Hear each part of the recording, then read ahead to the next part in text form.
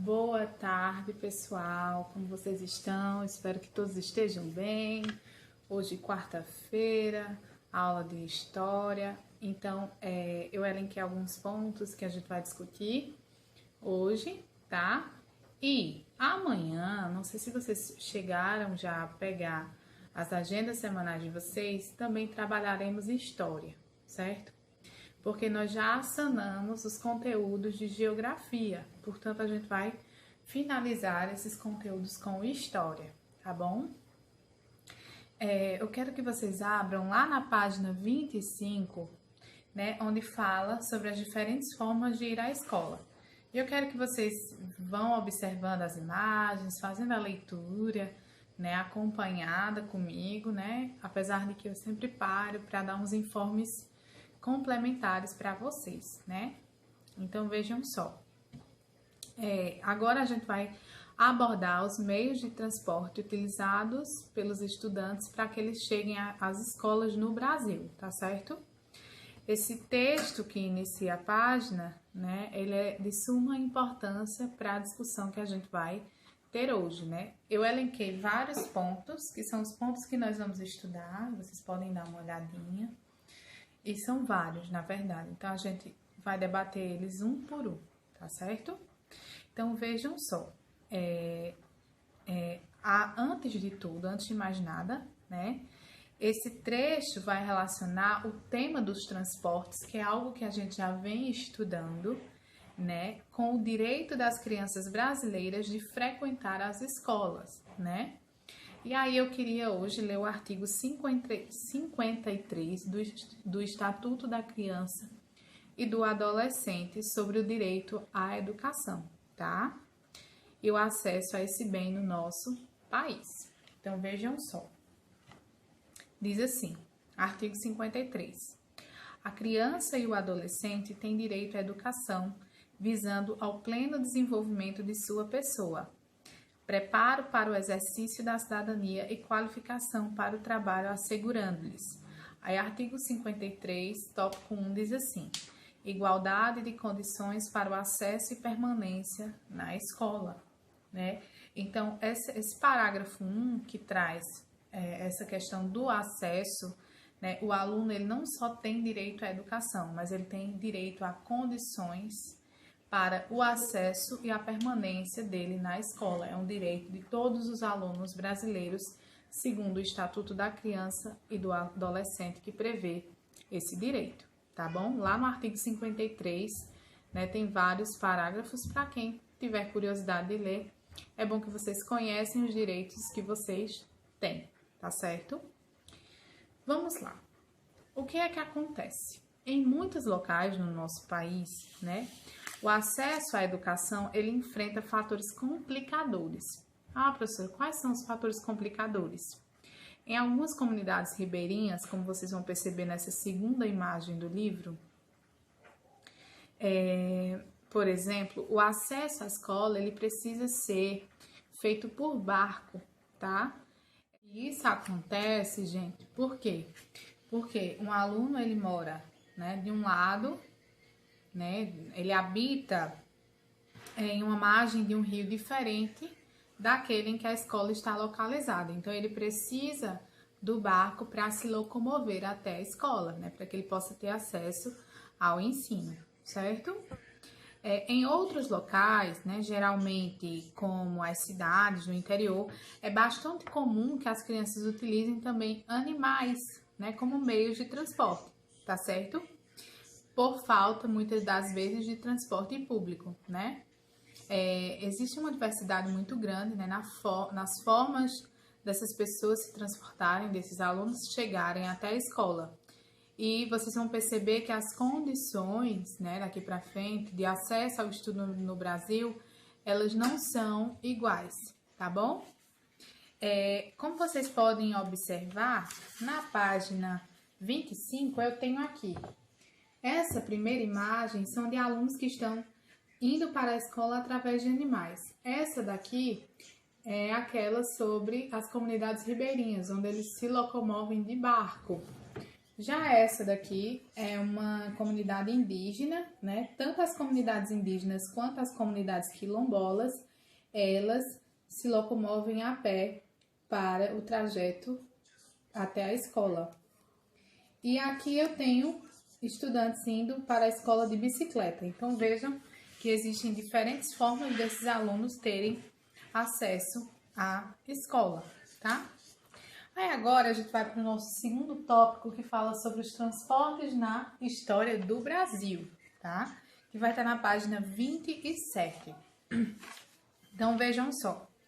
Nessa parte desse capítulo, né, a gente já vem trabalhando com transporte, né, uma discussão que a gente já está fazendo, mas a gente vai trazer a discussão do transporte no Brasil quando esse território ainda não era Brasil, né, quando ele era habitado pelos nossos povos indígenas. Então, vocês vão lendo, tá? E vocês vão perceber que a canoa indígena, citada no texto da página 27, foi um dos primeiros transportes utilizados nesse local. E esse meio de transporte, ele permanece presente no cotidiano de diversas pessoas. Como é que funcionam essas canoas? Elas são feitas de troncos de árvores, né? E para que você se apoie nela, você tem que ficar ajoelhado ou em pé. Então, só existem essas duas maneiras. E você tem que ter um certo equilíbrio, né? É possível que se navegue em pé ou ajoelhado, mas é preciso que você tenha um equilíbrio para trabalhar com a canoa, né? Os meios de transporte terrestres, eles só começaram a ser utilizados há pouco mais de 100 anos atrás, certo? Então, as pessoas, né, antes desses anos, elas se locomoviam no primeiro momento através dessas canoas, tá? E depois outros meios de transportes começaram a surgir. E aí, na página 28, eu vou falar justamente sobre esse terceiro ponto que eu elenquei, que é os meios de transporte terrestre. Eu quero que vocês acompanhem também esse ponto, certo? Vejam só. Daqui a pouco eu mostro as imagens para vocês, mas vamos acompanhar na página 28. As carroças e os carros de boi que vocês estão vendo nas imagens, além dos cavalos também, foram os primeiros meios de transporte via terrestre na região que viria a se tornar o Brasil. Então, os portugueses trouxeram esses meios de transporte para cá, certo? Eles faziam o transporte de pessoas e levavam a cana-de-açúcar das plantações até os engenhos. Lembra que a gente estudou o que é um engenho? Destes engenhos, gente, saíram os pães de açúcar levados até as regiões do litoral, de onde eram transportados para a Europa. Então, produzia-se aqui o pãozinho de açúcar, né, que era transportado para a Europa. Mas para isso acontecer, existia todo um processo, na colheita, o transporte dessa cana até o engenho, né? No engenho se produzia e ia-se até o litoral, até o porto, para que se enviasse esse pãozinho de açúcar para a Europa, tá? Ainda hoje, né, atualmente, em vários municípios do nosso Brasil, afora, principalmente, gente, nas áreas rurais, carros de bois e carroças ainda são utilizados, né? Eu mesma já vi aqui em Campina, por exemplo, não só no meio rural, né? Vocês já viram um? Aí vocês me contam se vocês já viram um na rua de vocês ou em algum lugar que vocês já foram. Em caso afirmativo, se vocês já viram, comentem o que é que estava sendo transportado, né? O que é que vocês viram que estava sendo transportado nessas carroças, onde os cavalos carregam os jumentos, os burros, geralmente, né? Como nós dizemos. Então, é isso, ó. Aí, aqui, eu tenho algumas imagens, tá? Que demonstram como eram esses meios de transporte logo no início da nossa colonização, esses dois, tá? E esses dois de baixo são como eles são atualmente, né? Basicamente, né? Aí, na primeira imagem, eu tenho um carro de boi comum. Na segunda, uma carroça de capim. Na terceira, eu tô vendo um trabalhador conduzindo um carro de boi carregado de areia. E na quarta imagem, um trabalhador descarregando carroça em uma área rural. E aqui vocês podem observar que também tem capim, né? E aí vocês vão responder a atividade dessa página também, tá? E agora, gente, a gente vai falar um pouco sobre os bandeirantes na página 29, certo? Então vejam só, aí vão acompanhando. Com a chegada dos portugueses, vejam que tudo volta para a colonização, né? Com a chegada dos portugueses e a instalação dos engenhos, né, que fabricavam o açúcar que vinha da cana-de-açúcar, o povoamento no território, que na atualidade é o Brasil, aconteceu inicialmente nas regiões litorâneas, como a gente também já estudou. Entretanto, né, porém, desejosa de encontrar metais preciosos e realizar uma ocupação nas áreas que ainda não eram conhecidas ou povoadas, a coroa portuguesa, a partir do século XVII, ela incentivou a exploração do interior do território. Então, vejam só, quando os portugueses chegaram aqui, eles não conheciam tudo não, tá? Então, eles começaram a fazer expedições procurando explorar esses locais, atrás de pedras preciosas, né? Atrás de alguma coisa que eles viessem poder explorar. E assim aconteceram as expedições, certo? Elas se formaram nessa época através das bandeiras, entradas e monções, tá? Que foram fundamentais nesse processo de exploração no sertão brasileiro. Então, as monções, elas foram responsáveis, por exemplo, pelo desbravamento das áreas ribeirinhas, tá? Que se estendem desde São Paulo até a região da Amazônia. Então, eles descobriram essas áreas. Já as bandeiras e as entradas, isso é o nome das expedições, tá, gente? Para que vocês não se confundam. As bandeiras e as entradas utilizavam as trilhas dos indígenas, mas também abriram muitas estradas. Então, vejam aí também o surgimento dessas ferrovias a partir desse momento. Enquanto as estradas eram expedições financiadas pela coroa portuguesa, as bandeiras eram expedições particulares, tá? Então, as entradas eram financiadas pela coroa, né? Eles investiam dinheiro para que essas pessoas pudessem explorar. Já os bandeirantes, né? Os bandeiras, eles eram uma expedição particular, tá certo? Com essas expedições, foi possível desbravar e ocupar regiões mais afastadas do litoral, né? Porque até então, eles só tinham descoberto coisas no nosso litoral, tá? Eles também expandiram os limites do território estabelecidos entre portugueses e espanhóis, tá?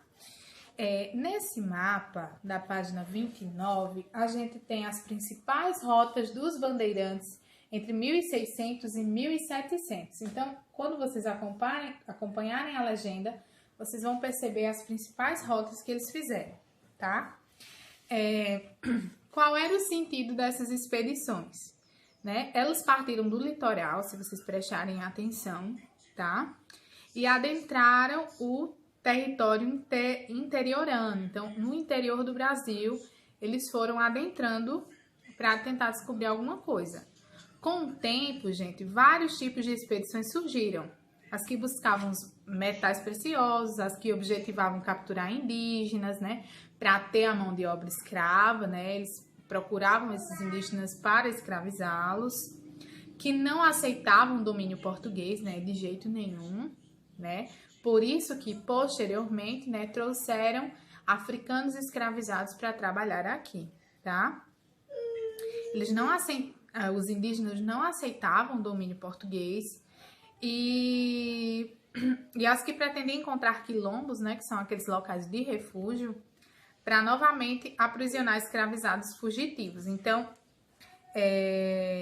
eles fugiam, né, e aí eles também iam atrás deles e acabavam encontrando também outras coisas, né? E aí vocês vão fazer essa leitura bem direitinho da página 29, tá? Porque eu tô falando tudo de um modo geral. Tô pontuando o que vocês precisam realmente saber, tá? Página 30. Olha só. Eu tenho uma seção aqui chamada Outros Olhares. Isso aqui é importante, tá? Pra gente ter uma outra visão. Então, vejam bem. Nessa seção, né, ele fala um pouco sobre as liteiras, tá? As liteiras, as sedes e as redes são abordadas sob uma perspectiva diferente, né? O tema dos meios de transporte, gente, que é o que nós estamos trabalhando, geralmente ele é propício para a gente pensar em conforto, em avanço tecnológico, em rapidez, né? Contudo, é preciso lembrar que muitas vezes o conforto ele é proporcionado a custo da exploração, né? Então é o que a gente vai ver nesse tópico. E do sofrimento de outros seres humanos. As redes ilíteras, por exemplo, eram carregadas nos ombros dos escravizados, tá? Por isso, além de conhecer esses meios de transporte, é preciso que vocês aprendam a problematizá-los, né? Durante anos, gente, o estudo da história no Brasil, ele é problematizado, né? Sempre será. Então, são reflexos do contexto que nós brasileiros vivíamos na época, né? Era um período marcado por discursos de superioridade racial, né? E práticas de exploração das populações africanas. Então, os negros africanos escravos, eles sofriam certas humilhações que está nesse tópico Outros Olhares. O transporte de pessoas na época em que o Brasil era colônia portuguesa, né, e também após a independência em 1822, era feito basicamente por carros de boi, carroças, cavalos, redes, liteiras e seges. As liteiras surgiram no Brasil após a chegada da família real em 1808. Eram muito caras, né? Então, só quem tinha realmente poder aquisitivo é que poderia tê-las. E era só utilizada por pessoas ricas, né? Pessoas abastadas, como a família imperial e os funcionários administradores da coroa portuguesa. Essa imagem da sege e da liteira, né, onde os escravizados são representados com roupas e chapéus, estão vendo, sofisticados, e isso acontecia apenas em algumas famílias que tinham mais dinheiro, tá? Que adornavam os escravizados, pois isso simbolizava a riqueza que tinham. Porém, se vocês lerem mais embaixo, o fato de os escravizados estarem descalços era uma forma de os senhores mostrar, né, lembrá-los da condição de inferioridade, certo? Então, da condição de submissão. Então, na época eram proibidos utilizar calçados, né? E tal aspecto ele pode ser observado na maioria das obras de Jean Baptiste, que está na página 30, certo? Antigamente, para boa parte da população no Brasil, calçar sapatos significava liberdade, tá? E depois, como vocês vão ler, eles, depois que eles tiveram aí a sua liberdade, eles foram às lojas comprar os primeiros sapatos deles, tá bom? No próximo tópico, a gente tem transporte de mercadorias. Estão vendo que hoje está sendo bem mais longo, mas é necessário, tá? E aí, no transporte de mercadorias, na página 31, tem algumas imagens que vocês vão observar e também ler o texto. No final do século XIX, tanto as cidades quanto o número de habitantes urbanos aumentaram, certo?